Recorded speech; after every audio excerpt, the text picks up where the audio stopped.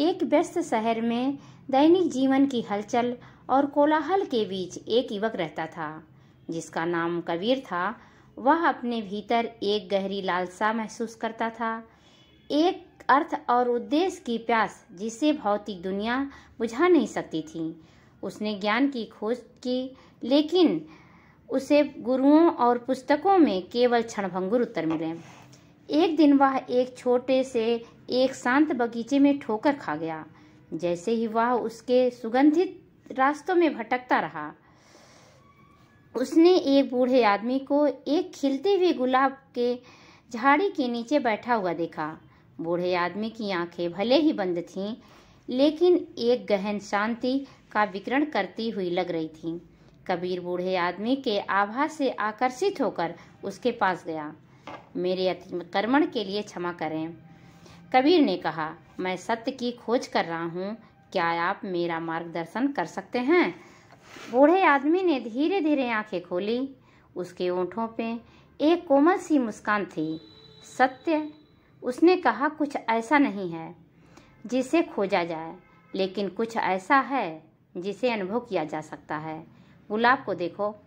कबीर ने अपनी निगाहें गुलाब की झाड़ी की ओर मोड़ी। यह नाजुक सुंदरता का एक चमत्कार था। इसकी पंखुड़ियां सूर्य के प्रकाश की ओर खुल रही थीं।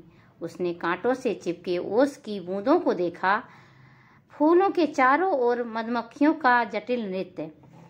उसने आश्चर्य की भावना महसूस की, अस्तित्व की सरल सुंदरता के लिए गहरी प्रशंसा। बूढ़ा आदमी मुस्कुराया और कहा, सत्य कोई विचारधारा नहीं है, यह इस क्षण का प्रत्यक्ष अनुभव है। यह वास्तविकता है, यह केवल होने का आनंद है। सांस की जागरूकता, त्वचा पर सूर्य की अनुभूति। कबीर बूढ़े आदमी की बगल में बैठ गया। उसका मन धीरे धीरे शांत हो रहा था।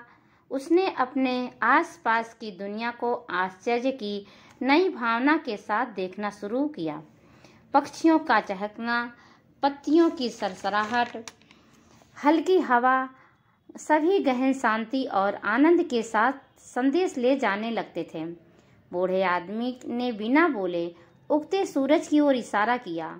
देखो, उसने कहा।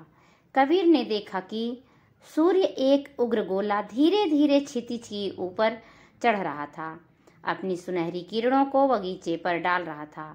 उसने विस्मय की भावना महसूस की। यह एहसास हुआ कि जीवन ही एक चमत्कार है, एक क्षणभंगुर है, लेकिन अनमोल उपहार है। जैसे ही सूर्य ऊंचा चढ़ा, बूढ़े आदमी का रूप धीरे धीरे फीका पड़ने लगा, धुंध की तरह सूर्य के प्रकाश में विलीन हो गया।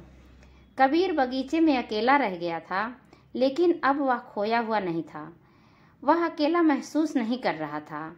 उसने सत्य की एक झलक पाली थी, किसी दूर की दर्शन शास्त्र में नहीं, बल्कि उपस्थित होने के सरल कार्य में, क्षण की सुंदरता और आश्चर्य का अनुभव करने में है। बूढ़े आदमी का लुप्त होना अहंकार के विघटन और सार्वभौमिक चेतना के साथ विलय का प्रतीक है। ओशो की शिक्षाएं विशाल और बहुमुखी हैं।